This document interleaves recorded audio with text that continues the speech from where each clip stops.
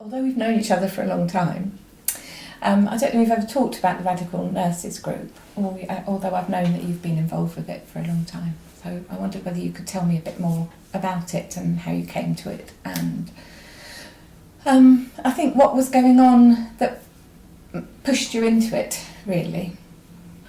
Well, I suppose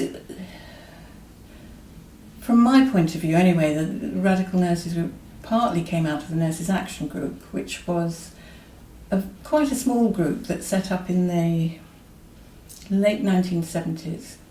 And initially we were interested in supporting nurses who were taking some kind of action, like industrial action, and who felt vulnerable. So we sort of saw ourselves as rushing in and offering support. A number of us were also involved in the Politics of Health group, which was, again, that was sort of late 70s, I think that started. And that was a more,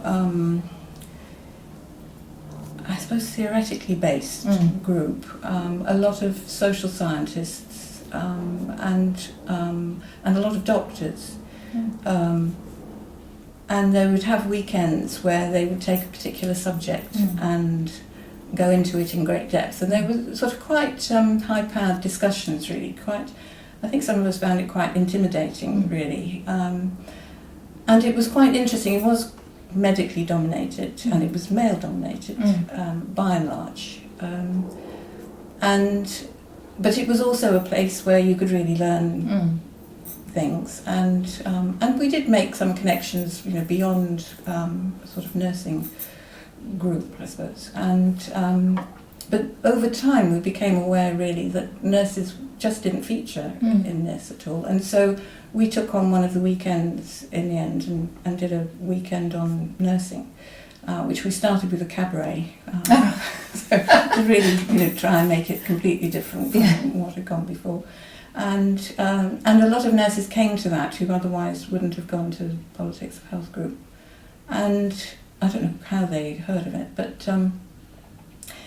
out of that came Radical Nurses. So a number of nurses at that meeting then decided that we wanted to have a national group, really, that looked at issues that were particularly relevant to nursing and nurses. And so we had a meeting then, that happened, I can't remember, it was within about 3 months we had a sort of national meeting to set up Radical Nurses as a national network, but that also had local groups. So there was a London group, there was one in Sheffield, Manchester, Edinburgh, I can't remember some of the other ones.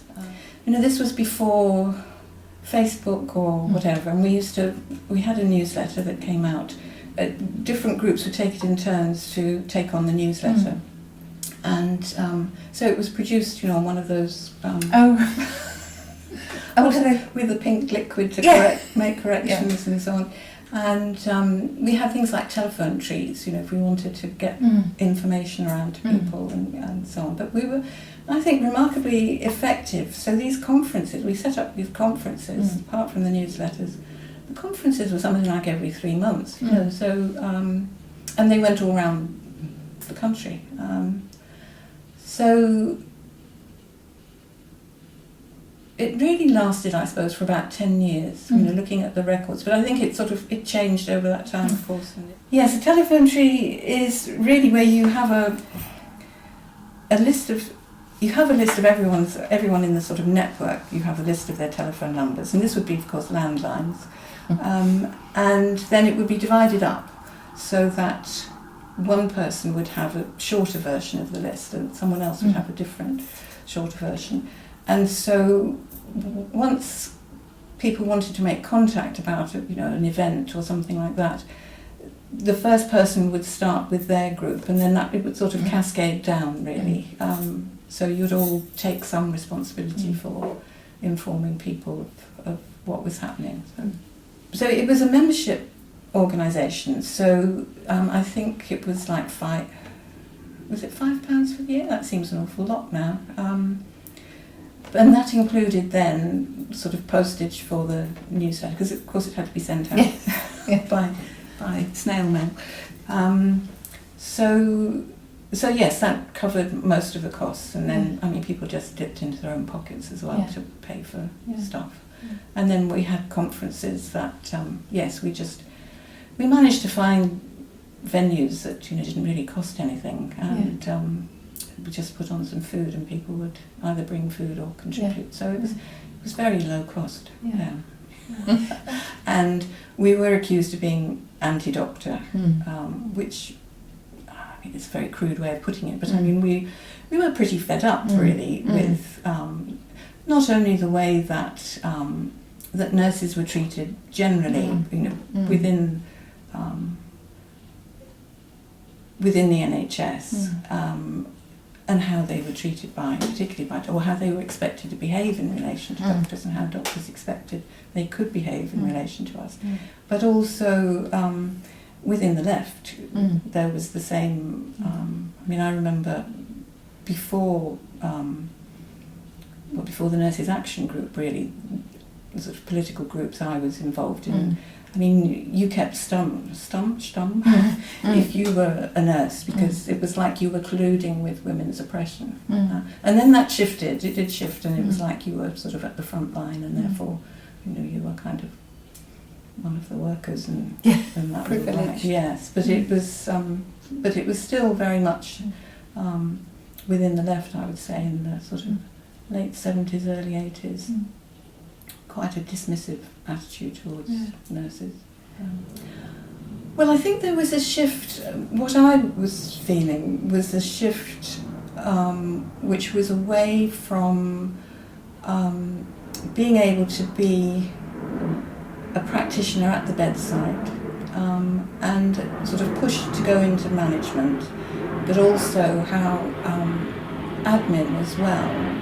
There was a whole new tranche of people who came in as administrators and would take over a lot of the decisions that, well, certainly I felt were really clinical decisions, or should be in the remit of clinicians. Yes, we did another thing which was again about cuts, which because we were on the management side really, or included in management meetings and so on, that we heard about this campaign that the hospital was going to put on, which was putting up footprints on the wall, stickers saying, just putting footprints up to begin with, so everyone around the hospital was supposed to get very excited and what's this about and so on. And it was really about people making suggestions about how to make cuts, really.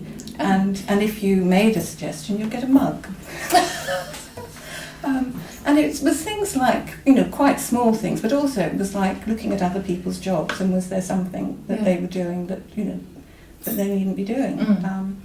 And so we got these little stickers printed, and we would go around sort of before, sort of crack of dawn really, once these footprints came up, and stick our stickers on them saying, the first step in making you responsible for NHS cuts. So those things were definitely happening at that point. The trouble with that was we hadn't really decided where we would take that in a way. So once they discovered that it was us, I mean, we were sort of hauled up to, I don't know, the equivalent of the chief exec, and we hadn't got a plan. We didn't make any demands particularly. Well, I suppose it was drawing on partly from the early 70s, really. I mean, the women's movement. And the sort of consciousness raising groups when they first started, which again was a sort of model of networks and small group discussions and so on, and looking at issues that were very relevant to nursing. And then I was in a group called Women in Science, which again did a lot of stuff around women's health, around trying to help women to understand their own bodies, particularly their fertility. So we did stuff around fertility awareness, and in fact there was a project that was set up again with this same registrar, who was trying to develop a way of predicting ovulation, and so we had lots of women from all over the place through these networks really, who were providing daily urine specimens for that. So, and that came out of the sort of this move towards encouraging women to understand, because it was sort of very much like, you didn't look down there, it was sort of like, and certainly not understood in terms of the anatomy or the physiology or anything like that. Another thing, which isn't about networks or groups or anything, but just feeling so incensed, really. I mean, in my nurse training, that the hierarchies and so on, which I found incredibly difficult, and where we had to stand up if a doctor came into the room, we had to open doors for them, and so on. And then there was also the hierarchy within nursing that was difficult. I remember having to take my frillies off and roll my sleeves down and put cuffs on before I could speak to the ward sister, and things like that just was so ridiculous, and but also this strange mix of being a very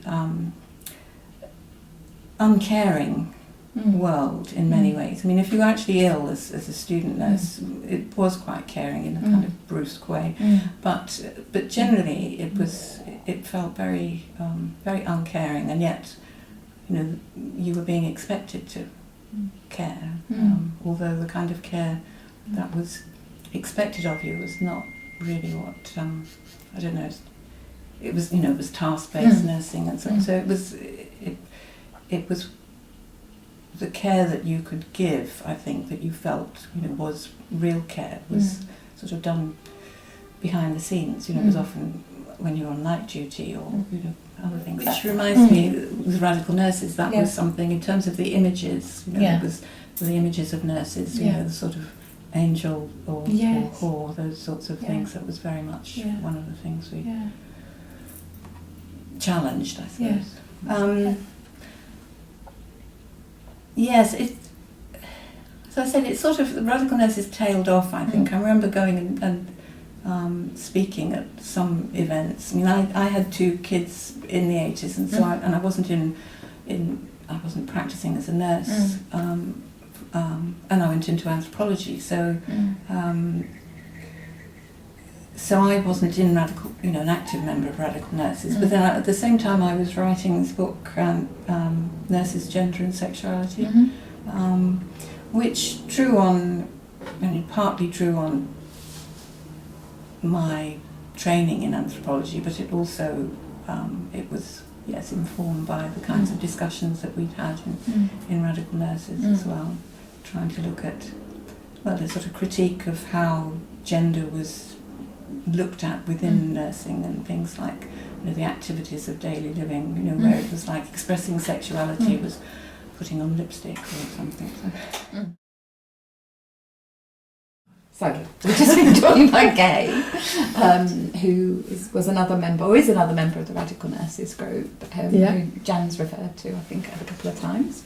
And we sort of have gone through a potted history of how the Radical Nurses group emerged from the Politics of Health group, and before that the Nurses Action group.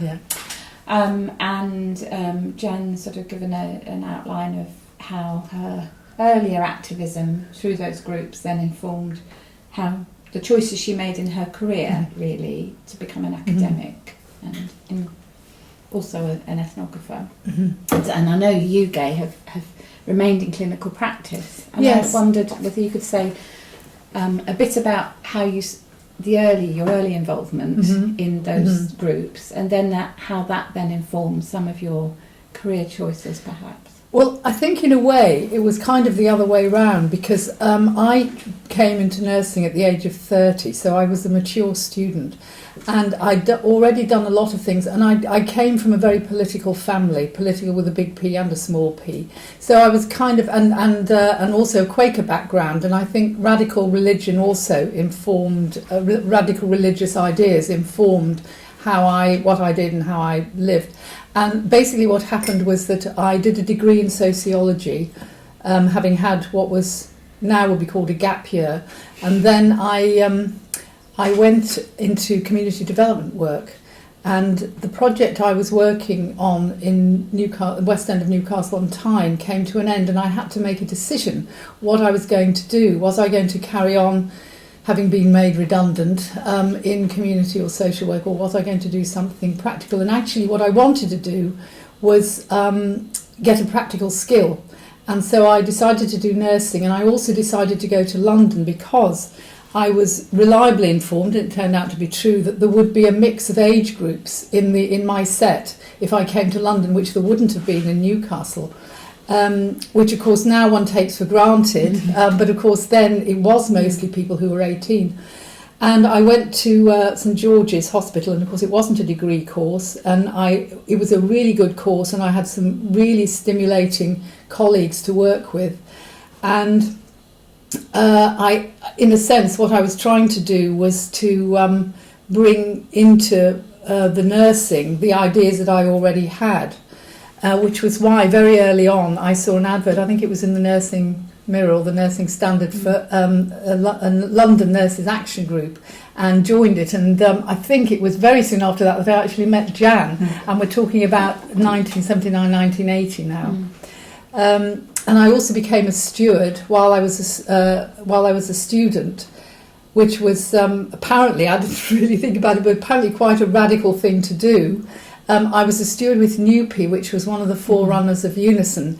And what I should mention this because it's a very interesting story. At the end of the course, I applied for a job in an infectious diseases ward at St George's because I wanted some experience of tropical type medicine because I wanted to go and work abroad, which was one of the reasons I'd done nursing. And I wasn't given a job in this ward, and I was told it was because they wanted nurses with a lot of experience to work on this ward.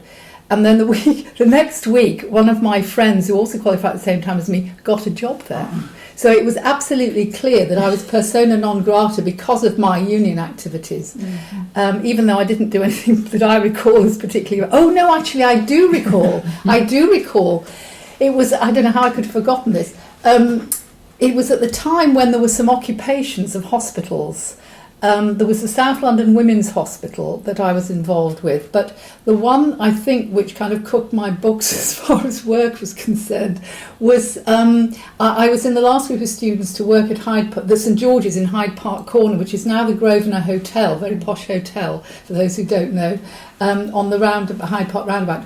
Anyway, we made a fairly kind of substantial attempt not to close it on the basis that it was a very useful resource in central London, and I was involved with that, and I did appear on the TV programme in a nurse's uniform. I was very careful not to actually go and do anything while I was supposed to be on duty, so it was on a day off. But I think that probably meant that I was considered to be a not very reliable person to become a full-time member of staff, so I didn't get that job. But fortunately they wanted to get rid of me, so they gave me a good reference to get a job somewhere. So you had that earlier involvement. Yes. And then, as I understand it, the Radical Nurses Group was very active for about 10 years or so, and then there was a sort of quieter period, but you maintain links and contacts, and then you set up Nurses' Voices with the onset of the the Health Social Care Act. Yes. Do you want to say anything about that? Well, I mean, that was to me that was a great experience, and that was actually almost a success story, and it was very exciting.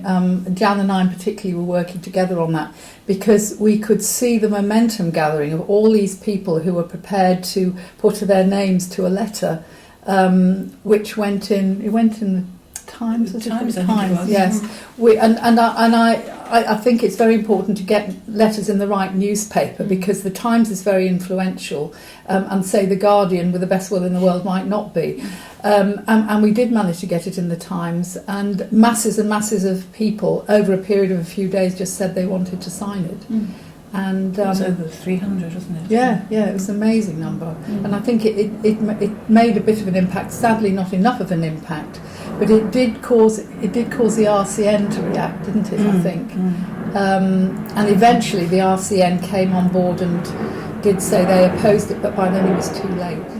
So you've mentioned that other work on the sustainability plans, and I know you've been involved with your local CCG as well. Yes, I mean that's well now. I mean, it's generally about the health and social care act and the way it's working, and the privatisation agenda, which is about CCGs being responsible for commissioning not just from NHS services but also private services.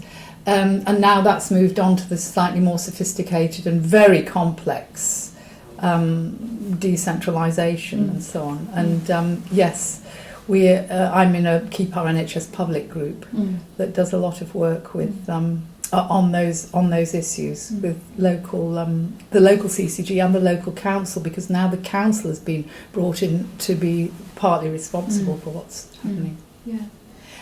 For quite a long period of time, I was actually a steward and a manager, the ward manager at the same time, and I actually thought that worked really well, because the thing about being a steward is that you learn a lot about what managers do, how they think, and the sorts of things they need to know that they don't necessarily know in terms of sort of policies and disciplinary procedures and so on. So I was often in the position of, well, not often, but sometimes in the position, because I had the power of being a manager as well as being a steward, of saying, look, let's go down the disciplinary route with this, let's go the education route. This is not a bad person, they've not done, they just need a bit more supervision and education. But I do think it's changing now, because things have got so much worse in terms of health service provision and resources and so on, and staffing, particularly in London, which is so terrible. And I'm a steward for the Royal College of Nursing, the RCN, and there's a noticeable shift in the attitudes within the RCN leadership about how bad things are and the kinds of things, the kinds of action that people need to take as the leading nursing union in the country, and indeed the biggest nursing union in the world. So, we should be punching above we're not even having to punch above our weight, punching at our weight, really. And this is a message to nurses generally. What the campaign needs, the campaign to save the NHS generally needs, is people with experience of nursing who can actually talk about what it's like. And the media often wants people who have got hands-on, or at least are qualified as nurses or doctors or other workers in the NHS, because they want people to talk from experience. And I think that makes for a very vivid story. If you could give advice to nurses today, students and newly qualified nurses, who want to become involved in activism or politics, what would you tell them? Certainly to join a union, not only because of the support hopefully you would get from a union if you take actions that you're challenged on, but also I think they can provide some very good opportunities for training. So there's that side of it. I think joining a campaign group, so we're both in Keep Our NHS Public, for example. There's all sorts of different, and this National Health Action Party, for example, where I think you can learn an awful lot about what's going on. See different analyses of things, and also ways of getting involved. There are things like marches and so on. I mean, people have mixed feelings about what they achieve, but there's all sorts of ways. I think once you're in a campaigning group like that, and Keep Our NHS Public, just to give it a small plug, does have local groups, and you can set up a local group as well. Which then gives you access to some facilities and so on as well. But it's sort of partly as well a peer group, a support group. Once you've taken something on, I think is important. Yeah, absolutely echo what Jan said. And I think the other thing is to think that a lot of it is fun, actually. Going on a demonstration, whether it has any impact, it certainly makes people feel better. And campaigning groups, I mean, the constant theme in all campaigning groups on the health service is we need to make more contact with staff. We need to join forces. We need to work with trade unions, whoever they are, and the RCN is now beginning to work with Health Campaigns Together and KOMP much more than it was. And so we need nurses as those links. And the other thing is to say that becoming an RCN steward is actually very helpful for people's careers, because you are learning a lot of skills that are very useful for you as a manager. So I think the general feeling is, though it might be counterintuitive, to be a steward is actually perceived to be by management. I mean, providing you're not completely wild and, you know, over the top. If you're prepared to work, to negotiate, to put your foot down where necessary, then that actually is something which managers would appreciate and value. But alongside that, I think that try to be. I mean, a lot of people say, "Oh, I can't do that because I don't want to stick my head above the parapet." The reality is, in this day and age, that people are desperate for nurses everywhere. You're going to have to do something really, really bad not to be employed anywhere. And a lot of managers, if they're worth their salt, actually see you as an ally. And I think that's true more and more. You know, I mean, directors of nursing now are seeing the RCN and the RCN's quite, you know, beginnings of militancy about pay as actually a real help to them. I think that there's a myth. It's sort of equivalent. If you stand up to a bully, they won't bully you. If you stand up and say, "I'm doing this because I believe in it. I'm playing by the rules. I'm not going to break any rules. I'm not going to let it affect the care I give to patients," then really they haven't got any leg to stand on. And if you're a member of a union, they will defend you. That's what they're there for, you know.